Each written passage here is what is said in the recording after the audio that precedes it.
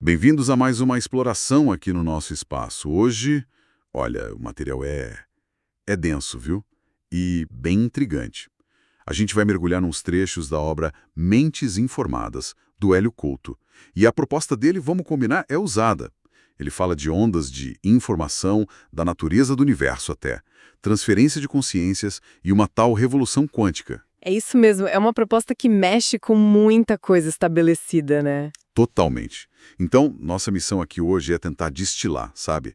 Pegar as ideias principais que ele apresenta nesses textos, o que é exatamente essa ressonância harmônica, que ele descreve tanto, e essa ideia de transferir consciência, quase como um arquivo de computador. Parece ficção científica, né? Mas tá lá nos textos dele. Exato. Vamos tentar desemaranhar isso. Para ele, não é terapia médica, não é psicoterapia, não é psicanálise, Certo. nem algo místico, tipo pensamento positivo isolado, ou sei lá, magia, feitiçaria, nada disso. Ele se distancia bastante dessas áreas. Sim, a descrição que ele dá é de um processo que ele alega ser tecnológico, baseado no uso dessas ondas de informação, Ondas de informação com hífen. isso, com hífen, e o objetivo que ele declara é limpar o que ele chama de crenças limitantes Uhum.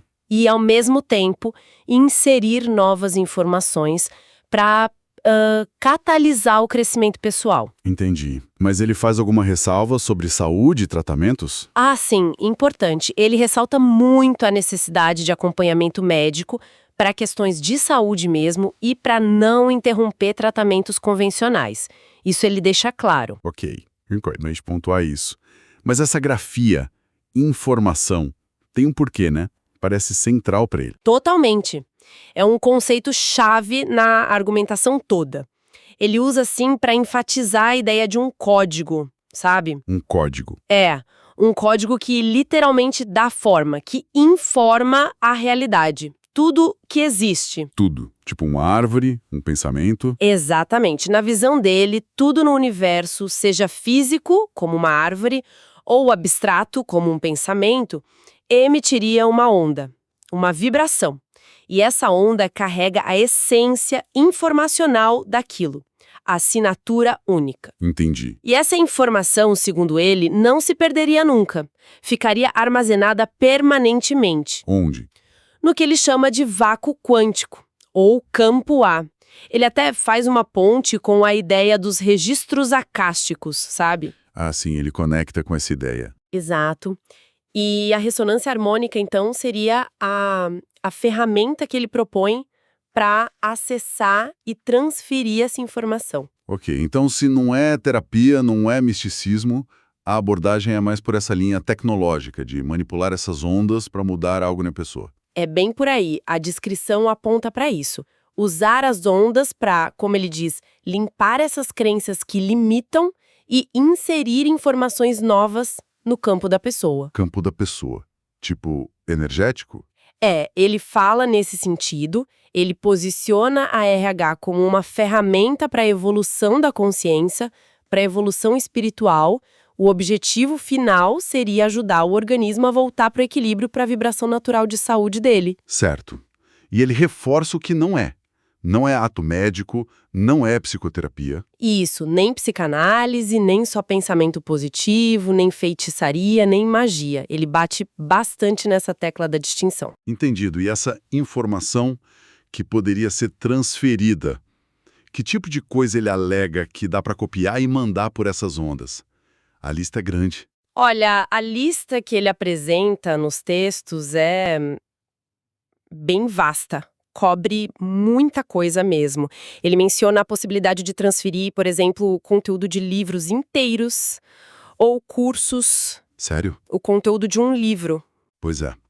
Habilidades práticas também, tipo técnicas artísticas, esportivas. Uau! Fala também de transferir arquétipos que ele define de um jeito bem específico, né? Sim, vamos falar disso depois. Características de personagens, sejam fictícios ou históricos, emoções, sentimentos específicos, e vai além, ele fala até de informação que ele liga a outras dimensões, a vidas não humanas. Outras dimensões?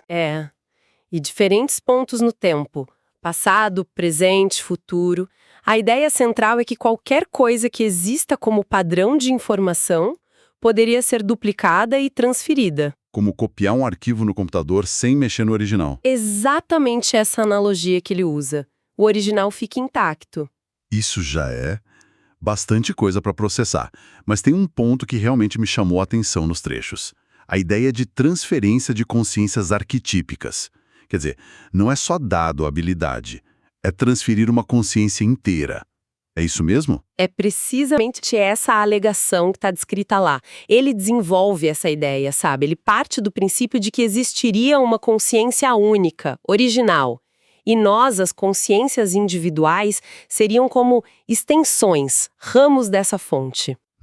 E o processo de transferência, como ele descreve, seria tipo duplicar o pacote completo de informações, o arquivo mesmo, de uma consciência matriz. Matriz. Tipo quem? Um arquétipo? Uma pessoa? Poderia ser um arquétipo, uma figura histórica que ele considere relevante, enfim. E aí esse arquivo seria anexado ao campo energético da pessoa que está recebendo. Anexado. Transferir consciências inteiras. Nossa, isso dá uma volta na cabeça, né? Não fica parecido com, sei lá, possessão espiritual, algo assim? Ele fala sobre isso? Ele aborda sim diretamente. Ele afirma nos textos de forma explícita que não tem nada a ver com possessão, Ah, bom. nem com qualquer tipo de domínio da consciência matriz sobre quem recebe. A alegação é que a pessoa que recebe mantém sempre o controle, total autonomia. Como assim? Ela escolheria como e quando acessar ou usar as informações, as capacidades que vieram da matriz. Seria mais como ter acesso a uma biblioteca interna, gigantesca, entende? Uma biblioteca interna?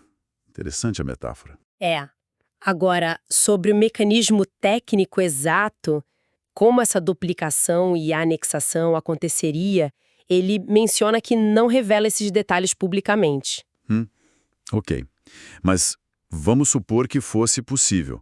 Quais seriam os benefícios que ele diz que isso traria? Para quem recebe, para a matriz? Bom, segundo as fontes, quem recebe ganharia acesso direto, já assimilado, às memórias da matriz, às experiências que ela viveu, aos talentos. Tudo. Conhecimento, habilidades. Isso, conhecimentos acumulados, habilidades. Seria tipo um download de vivência e expertise, né? Entendi. E ele sugere que a matriz também ganharia algo. Novas perspectivas, novos campos de experiência, através da vida de quem recebeu a transferência. Uma troca, então. É o que ele sugere. Ele até menciona a possibilidade de agregar múltiplas consciências numa pessoa só. Infinitas, ele diz. Múltiplas consciências? Como assim? Daria múltiplos olhos, múltiplos pontos de vista sobre a realidade para aquela pessoa. Ele até cita um exemplo nos textos de uma suposta canalização atribuída a Caio Júlio César, onde isso teria acontecido. Caio Júlio César. Uau! É um conceito bem radical, não tem como negar. E toda essa teoria, essa prática, está compilada no livro Mentes Informadas. Qual foi a intenção dele ao escrever esse livro, segundo o próprio autor? Ele descreve o livro como um compêndio mesmo, sabe? Essencial sobre a ressonância harmônica. A ideia é que sirva tanto para quem está começando a olhar para isso, um dia inicial, quanto para quem já conhece e quer aprofundar. Um material de referência, então? Exato. O objetivo que ele declarou foi consolidar o que ele afirma serem 50 anos de pesquisa pessoal dele, apresentar os dados científicos que, na visão dele, dão base para as teorias e, principalmente, manter a integridade do trabalho dele, a espinha dorsal, como ele chama, para evitar distorção e interpretação errada. Faz sentido. E o livro tem uma estrutura, né? 6 partes, pelo que vi, o que cada uma trata, assim, por alto. Sim, a estrutura que ele menciona é essa. A parte 1 foca em detalhar a ressonância harmônica, colocando ela como a ferramenta-chave de tudo. Ok. A parte 2 já entra nas infinitas possibilidades que a RH supostamente abriria. É aí que ele introduz a ideia dos meta-humanos. Meta-humanos. Interessante. A parte 3 é onde ele apresenta os fundamentos científicos. Aqui, a mecânica quântica, na interpretação dele, é a estrela. A base teórica dele. Isso. A parte 4ª aprofunda os conceitos de informação e consciência. A quinta analisa os obstáculos para o crescimento, para a aplicação disso tudo. Os bloqueios, as resistências. Exato. E a parte 6 é tipo um chamado à ação, para a pessoa se tornar um revolucionário quântico. Ele usa até a imagem de sair de uma Matrix que limita a gente. Essa ideia de ser um revolucionário quântico, o que isso significa na prática, para ele? Ele usa uma metáfora interessante, das formigas andando em círculo perdidas. Para ele, é assim que a humanidade estaria hoje, presa em paradigmas que limitam. Entendi a imagem. Então, a proposta central é que a gente precisa de um salto de consciência, coletivo. E como isso aconteceria, individualmente? Individualmente, seria elevando a própria frequência vibracional. Como? Entendendo e aplicando os conceitos quânticos, do jeito que ele interpreta, claro, e usando a ressonância harmônica para limpar os bloqueios e agregar informações positivas, construtivas. E o resultado disso? O resultado seria pessoas que se reconhecem como co-criadoras conscientes da própria realidade, que operam a partir do que ele chama de amor incondicional. E o objetivo final de tudo isso? O objetivo final seria a criação desses meta-humanos, indivíduos com capacidades muito expandidas que seriam a base para uma futura era dourada, como ele descreve. Parece que a mecânica quântica é mesmo a pedra fundamental de toda a argumentação científica que ele traz, né? Que conceitos específicos ele usa mais? Ah, sim, com certeza. Ele coloca a MQ como essencial para entender a ressonância harmônica. Ele pega vários conceitos da física quântica e interpreta de um jeito bem particular para apoiar as ideias dele. Quais, por exemplo? Bom, ele menciona que tudo no universo é, na base, energia e informação. Fala da dualidade partícula-onda, né? Aquela ideia de que algo pode ser as duas coisas. Fala do papel da consciência do observador no colapso da função de onda, ou seja, o ato de observar escolheria qual possibilidade quântica vira realidade. A famosa questão do observador. Exato. Menciona o vácuo quântico como esse reservatório onde toda a informação do universo estaria guardada, e também o entrelaçamento quântico, o emaranhamento, que permitiria essa conexão instantânea, não local, sem depender da distância. Entendi. Ele usa bastante coisa da física quântica. Usa, e é interessante que ele critica a ciência mais tradicional. Diz que ela usa a tecnologia que veio da quântica, laser, computador, tudo isso, mas se recusa a aceitar as implicações filosóficas metafísicas mais profundas que ele vê nesses mesmos princípios. Entendi a crítica dele. E, além dessa interpretação da quântica, tem outros pilares conceituais importantes para ele? Tem sim, com certeza. Os arquétipos são outro elemento centralíssimo. Só que aqui eles ganham uma dimensão um pouco diferente daquela só psicológica do Jung, sabe? Como assim? Nas fontes, eles são descritos como inteligências primordiais, modelos energéticos de perfeição, quase como entidades conscientes que são pura informação, e por serem informação, poderiam ser transferidos pela RH. Entendi a lógica. Arquétipos como softwares de perfeição. Algo nessa linha. Ele também fala dos neurotransmissores, sugere que a RH poderia regular a produção de dopamina, serotonina, endorfina. Mexendo na química cerebral. Exato, influenciando diretamente emoções, estados mentais e, claro, a própria consciência. Para ele, não é algo que o cérebro produz. Não? Não. A consciência seria a realidade fundamental única. O cérebro seria só um transceptor, um aparelho que capta e expressa a consciência.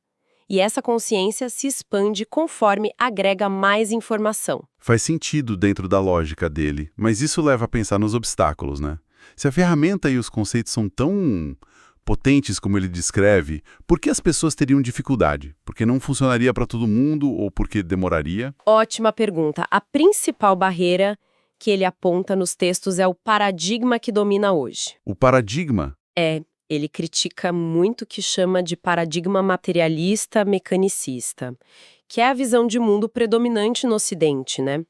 E essa visão, por definição, tende a rejeitar a ideia de que a consciência vem primeiro ou que existem fenômenos que essa ótica não explica. E ele propõe um outro paradigma em troca. Sim, ele contrapõe a isso um paradigma quântico ou consciencial, que aceitaria essa primazia da consciência. E no nível de cada pessoa, quais seriam as travas internas? Aí ele lista vários fatores. O ego, com seus mecanismos de defesa, a tendência da gente a ficar na zona de conforto, mesmo quando ela não tá boa, A famosa zona de conforto. o medo, inclusive o que ele chama de medo da própria grandeza, citando até Nelson Mandela, a autossabotagem, muitas vezes inconsciente, as crenças limitantes que a gente carrega, né, sobre nós mesmos, sobre o mundo, e também tabus sociais, preconceitos. Muita coisa. Sim. E segundo a teoria dele, toda essa resistência interna funciona como uma interferência destrutiva para as ondas da ressonância harmônica. Ah, então atrapalha o processo. Exato. Diminui, atrasa ou até impede os resultados que a pessoa busca. Por isso que ele diz que um processo de limpeza dessas resistências, uma espécie de catarse, é parte fundamental e necessária para usar o RH. Entendi a lógica da resistência. Faz sentido. Mas e o processo prático? Como ele descreve o funcionamento da RH no dia a dia? Para quem usa? O processo prático que está descrito nos trechos começa com uma entrevista, bem detalhada. Nela, o cliente e o aplicador definem juntos os objetivos, os pedidos específicos de informação que a pessoa quer receber. Pedidos de informação. Tipo, quero a habilidade X ou quero o arquétipo Y. Exatamente. Com base nesses pedidos, aí seria criado um CD personalizado. Ou outra mídia ele menciona. E esse CD conteria as ondas de informação específicas para aquela pessoa e para os objetivos dela. E aí? É só tocar o CD. Como essas ondas funcionariam? A descrição é a seguinte: a pessoa tocaria o CD regularmente. Ele até enfatiza que o som que a gente ouve, geralmente, som de ondas no mar, né? Seria só uma máscara. Uma máscara. Diz que o CD poderia ser tocado até no volume 0. A onda de informação mesmo, a que importa, seria específica para a frequência da pessoa e alcançaria a pessoa instantaneamente onde ela estivesse, por causa da não localidade quântica que falamos. A conexão instantânea. Isso, essa onda entraria, segundo ele, pelo topo da cabeça ou chakra coronário. Viajaria pelos microtúbulos dos neurônios. Microtúbulos. Interessante ele mencionar isso. E aí, ao interagir com o campo energético da pessoa, aconteceria uma interferência construtiva. E nesse ponto, a informação seria transferida. E como essa transferência, a pessoa entende o que está recebendo? Não seria linguístico, ele diz, seria simbólica, em níveis subconscientes. Se não tiver muita resistência, a assimilação seria quase instantânea, coisa de nanosegundos. Nanosegundos. Uau! É o que ele alega, com efeitos imediatos na bioquímica do cérebro e, por consequência, nos pensamentos, sentimentos, comportamentos. E precisa atualizar? Sim, ele menciona a necessidade de atualizar essa mídia de tempos em tempos. Sugerem uns 90 dias, mais ou menos, para ajustar as ondas à nova frequência da pessoa, que estaria sempre mudando, evoluindo. Nossa, é um mecanismo bem detalhado que ele propõe aí. Com todo esse processo, a gente chega nas aplicações e resultados que ele diz serem possíveis. É a parte das infinitas possibilidades, né? O que ele coloca aí. Essa parte nos textos é bem abrangente. As aplicações que ele lista cobrem praticamente tudo da vida humana. Ele fala em usar RH para prosperidade material, por exemplo, transferindo conhecimento financeiro, usando arquétipos de riqueza, limpando crença de escassez, para melhorar relacionamentos, ativando a bioquímica do amor, aumentando o magnetismo pessoal. Interessante. Que mais? Para negócios, vendas, incorporando arquétipos de sucesso, ganhando visão de mercado. Para carreira, estudo, adquirindo conteúdo rápido, melhorando o desempenho. Para a saúde emocional também? Vícios? Sim, buscando equilíbrio bioquímico no cérebro. Para aprimorar habilidades em esportes, artes, transferindo talento, técnica. Até para a natureza. Animais, plantas. Menciona isso também. Para desenvolver capacidades psíquicas, que ele acredita estarem latentes, e para aprofundar a espiritualidade, culminando na possibilidade de fusão com o todo. O universo, Deus, como a pessoa conceber. Fusão com o todo. E ele parece até reinterpretar modelos da psicologia, como a pirâmide de Maslow, né? Exatamente. Ele usa a pirâmide das necessidades de Maslow, fisiológica, segurança, social, estima, autorrealização como ponto de partida. Para contextualizar as buscas humanas. Isso. Mas aí ele propõe adicionar um sexto degrau nessa pirâmide. Um sexto degrau. Qual seria? A autotranscendência, que seria alcançada justamente por essa fusão com a consciência cósmica com o todo. Algo que a RH, segundo ele, poderia facilitar. E o resultado final desse processo todo, o objetivo maior, seria o tal do meta-humano. Exatamente. O meta-humano seria esse indivíduo com capacidades físicas, mentais e espirituais radicalmente expandidas, livre das limitações que a gente considera normais hoje, e agindo como um co-criador consciente, responsável pela própria realidade.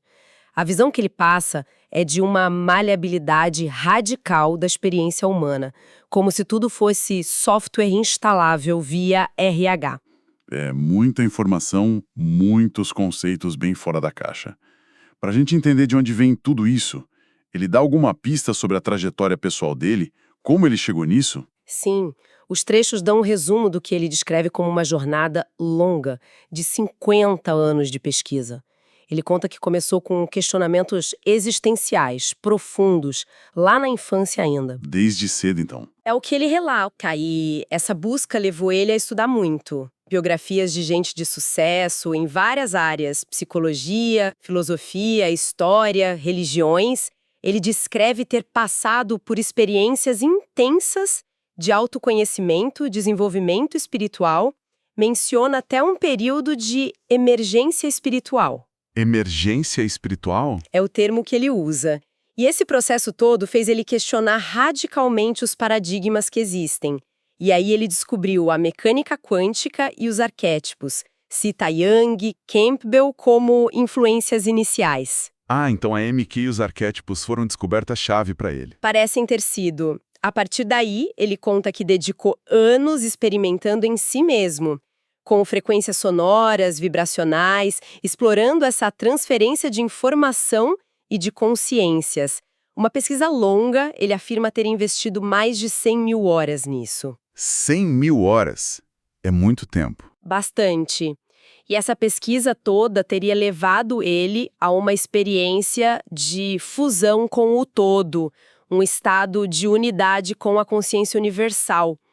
E esse teria sido o insight final para ele criar e organizar a ressonância harmônica do jeito que ele apresenta hoje. Ufa, cobrimos bastante coisa, hein? Dissecamos as ideias que estão nesses trechos de Mentes Informadas, vimos a ressonância harmônica descrita como essa ferramenta de transferência de informação por ondas, a ideia assim surpreendente da transferência de consciências inteiras e o chamado dele para uma mudança radical de paradigma, essa revolução quântica que levaria ao potencial meta-humano. É bastante coisa. De fato, a perspectiva que ele desenha nas fontes conecta de forma muito forte, né? A consciência, a informação e a própria estrutura da realidade. E ele usa a interpretação dele da mecânica quântica como a lente principal para isso tudo. A mensagem central que parece vir dele é que entender e aplicar esses conceitos, mesmo não sendo convencionais, poderia destravar um potencial de transformação enorme, tanto para a pessoa individualmente, quanto para o coletivo, permitindo superar barreiras, limitações que hoje a gente acha que são normais, né? Parte da vida. E fica aquela provocação no ar, que o material deixa para a gente pensar. Se a base da realidade for mesmo informacional, como ele sugere, e se a nossa consciência puder mesmo interagir e moldar essa informação lá no nível quântico, quais seriam então os verdadeiros limites do nosso potencial? Se a gente conseguisse se livrar das crenças que, talvez, só talvez, nos definam mais do que a própria realidade em si. Uma reflexão profunda, sem dúvida. Uma análise que, olha, com certeza dá o que pensar. Agradecemos a quem nos acompanhou nesta exploração. Até a próxima.